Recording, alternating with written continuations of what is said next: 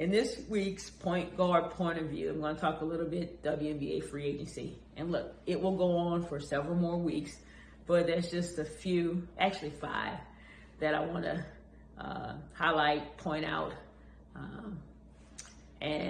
But before I get into that, let me say this. It has been nice to have the excitement, the leaks, the anticipation that has come along with this year's free agency. And I'm sure there's several reasons for it, but in the past, there's normally been 1 or 2 entities or reporters that were given the early leaks. So, it could be a product of, and I think it is a product of these new generation of young, passionate lovers of the game and their craft, really digging to find information, create relationships.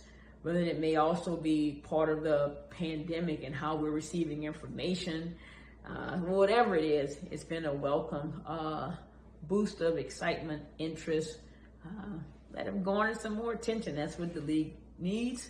I think that's what it deserves. So kudos to that. It's about coverage, not just being covered and protected in the little world of women's basketball. It's a professional sport.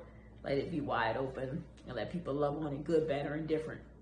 So with that, I think the biggest one, because of her game, her name, her destination, and the possibilities, obviously Candace Parker. Not going to rehash everything that's known about her play. I think, so many things have come into play with this, the free agency moves. And it's going to continue. There's going to be many more.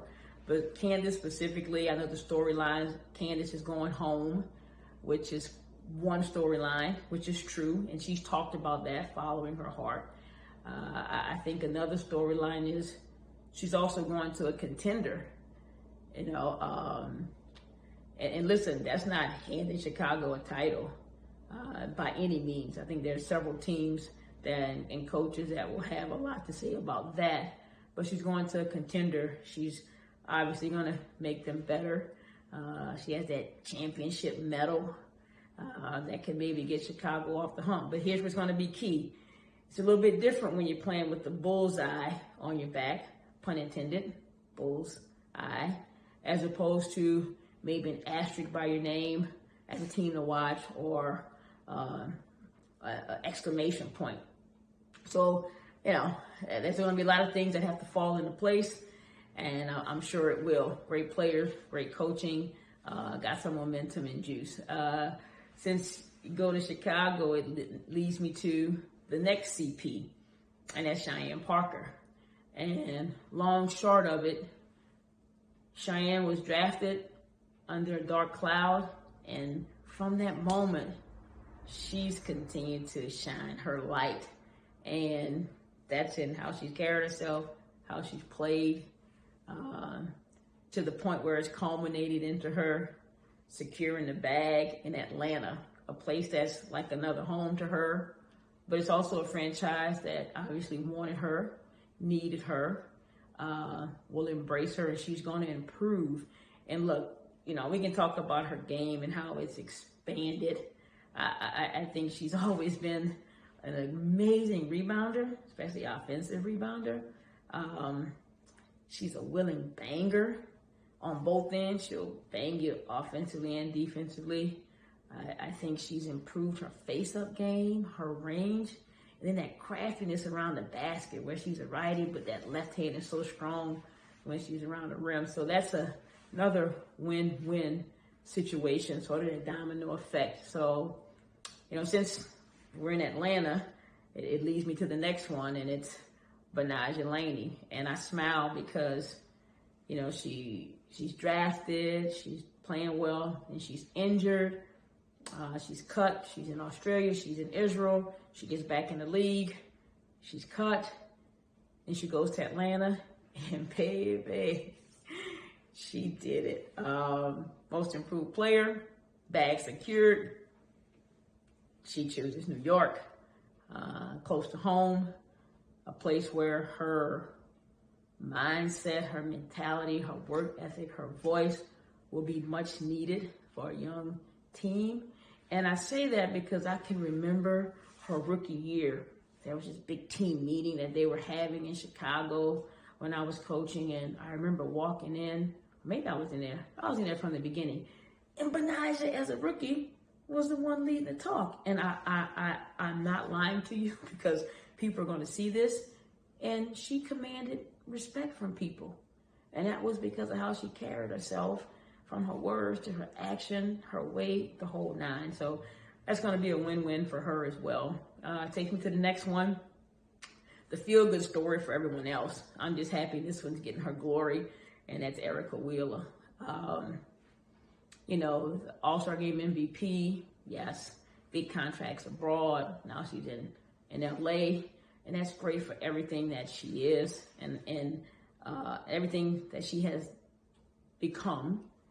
But as someone that had a chance to be in her atmosphere for a minute, she's the same Wheeler, whether she was the MVP or making, you know, 2 nickels a month abroad. She was always giving. If it was of herself, her wallet, her time, her energy. So it's nice to see her choose a destination that she feels is suited for her as a player, person, her brand, the whole nine. Always like to see that with the small point guards. And that takes me to the next one in Natalie Achonwa. I think Natalie never gets the credit that she deserves. Not from people that play with her culture. I think just from the outside world, because it's not fancy, it's not flashy, it's not above the rim. It's so effective.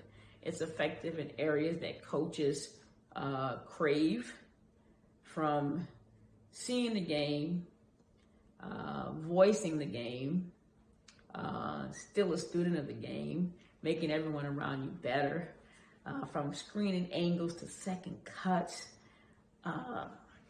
dribble handoff play, be it uphill, downhill, her range.